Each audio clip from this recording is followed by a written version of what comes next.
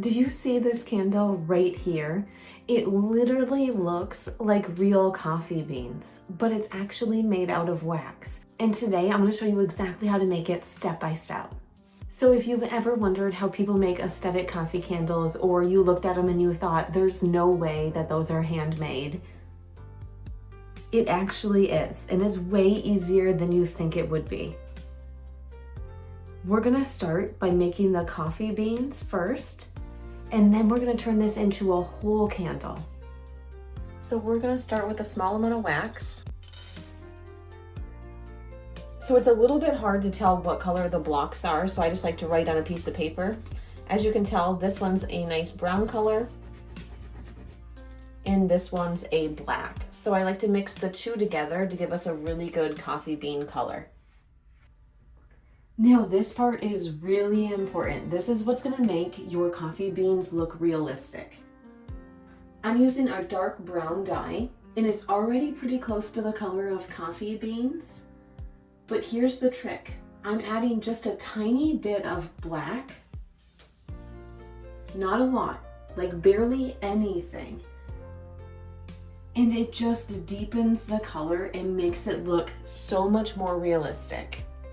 Now I just want to test my color.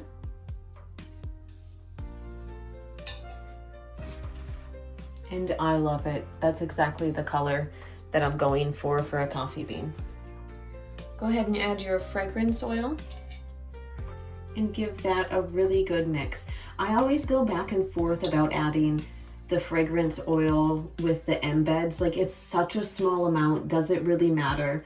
But in this one, I am going to use quite a few coffee beans on the top, so I'm making sure that I do add the fragrance oil in. Now we're going to carefully pour into our mold. You want to make sure that you take your time when you're pouring these so you don't overfill it. I could not for the life of me get these to pour properly with the pouring pot, so I ended up taking a pipette, and I found that that worked much easier for filling these.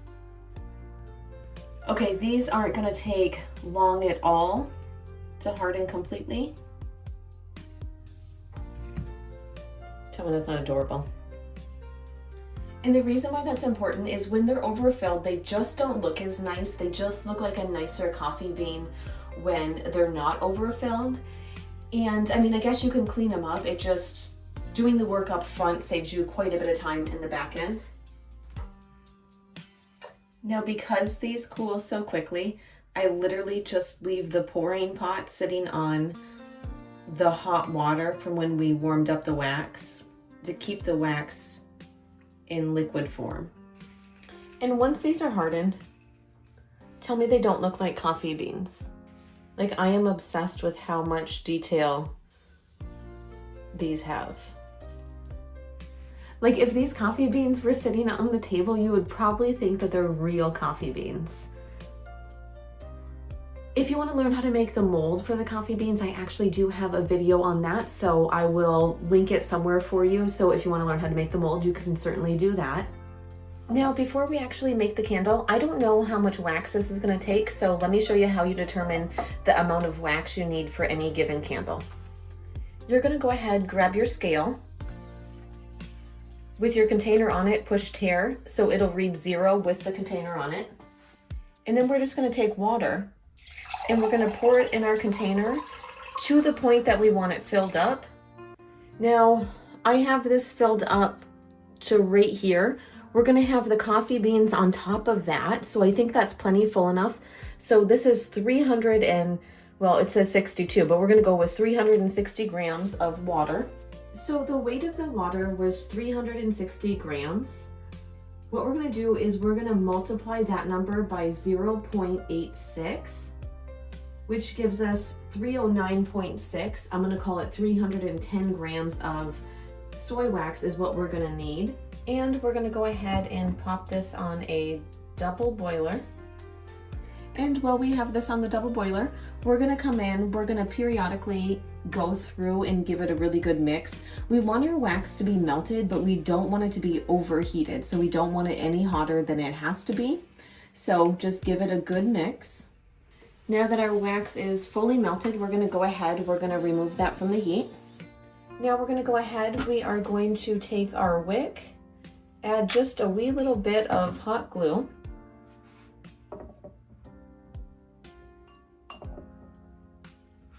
And we're gonna place it in the very center of our candle.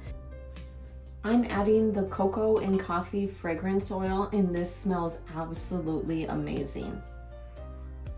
It literally smells like a coffee shop, so if you like coffee smells, this one's absolutely delicious. Go ahead, make sure that you give your wax a really good mix. I typically will mix my fragrance oil for at least 2 minutes. We really want to make sure that everything binds together. So take your time here. Now you're going to notice that I'm not adding any color to my candle base, and that's intentional.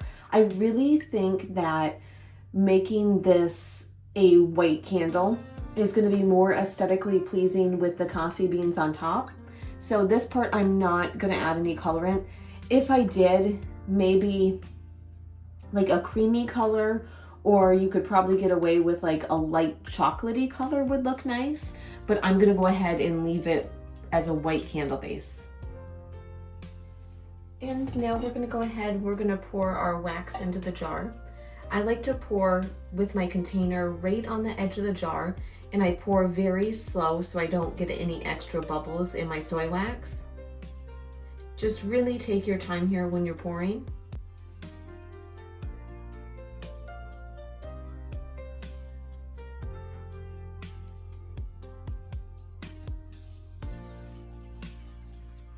And then we're just gonna go ahead, we're gonna center the wick with a Sharpie, and we're gonna leave this to cool completely.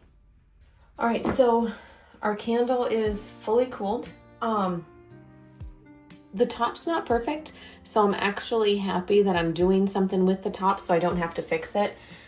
Ironically, you would fix the top exactly the same way that we're gonna make this with a heat gun, So what we're gonna do to attach the coffee beans to our candle is we're gonna come in with the heat gun and we're gonna melt the top layer of the candle.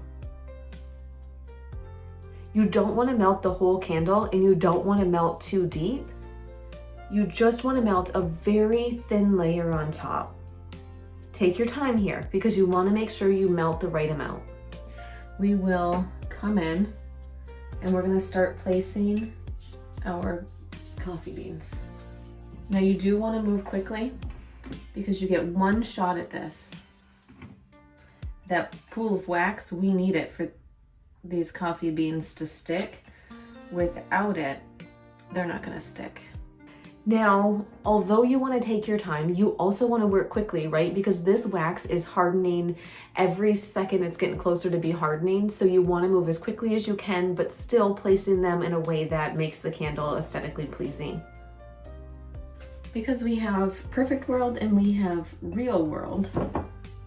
Oh, okay, all of them stuck. If you have any that have not solidified, so this is already hard, I'm not able to add any more. Take a little drop of the hot wax, put it on the bottom, and then you can still pop in coffee beans. So you're almost gluing them in place. And I don't know. I don't think I need any more on that one. Now the ones that I tipped upside down, see the white that got in there? You can come in and scrape that off if you're worried about it. You can also leave it. I don't think it makes a bit of difference, but